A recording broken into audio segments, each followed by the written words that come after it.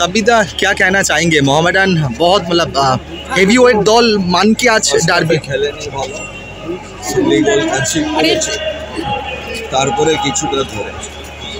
Favourite হিসেবেই তারা নেমেছিল আজকের খেলতে এই ডার্বিতে। ফুললি ফেভারিট তো বলা যাবে না, কিছু ভালো পারফরমেন্স হচ্ছে, 3টে ম্যাচে 4 পয়েন্ট, কিন্তু আজকে স্টার্ট ভালো হয়নি, তারপরে কিছুটা ধরেছে।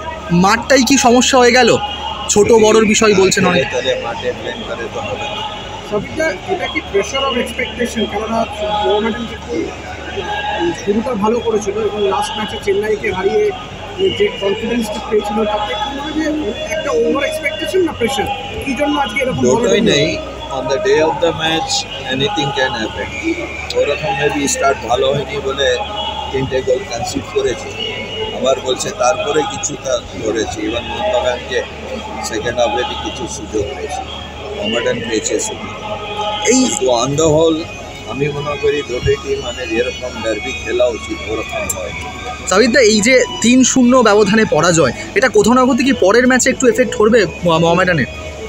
প্রফেশনাল প্লেয়ার আছে, ওভারকাম হতো। আমি তো বলেছি অফ ডে ছিল, ওই জন্যই ফার্স্ট হাফে তাড়াতাড়ি গোল করেছে। এটা চিন্তা করে খেলে তো then very difficult. Okay, thank you Sabida.